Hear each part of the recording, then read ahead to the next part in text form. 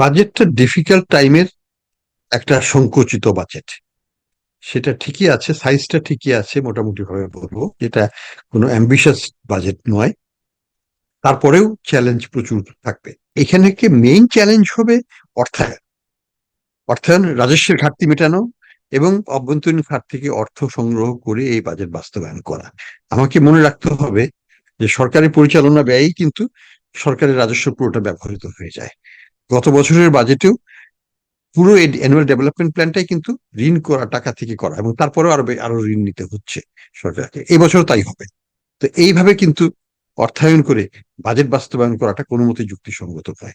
সরকারকে রাজস্ব সংগ্রহের উপরই জোরটা সর্বতভাবে দিতে হবে।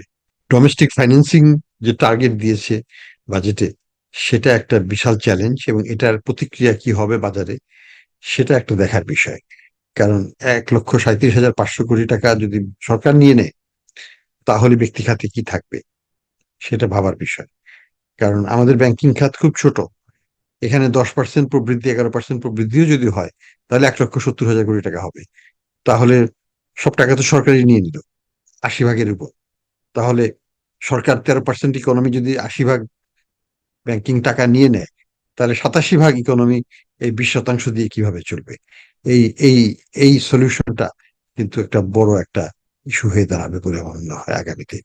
কাজে সরকারকে বিদেশি অর্থায়নের উপর চাপটা আরো বাড়াতে হবে, সোর্সটাকে বের করতে হবে, এবং কিভাবে রাজস্ব বাড়িয়ে এই ডোমেস্টিক ফাইন্যান্সিং এর চাপটাকে কমানো যায় সেই চেষ্টাটা করতে হবে আগামীতে।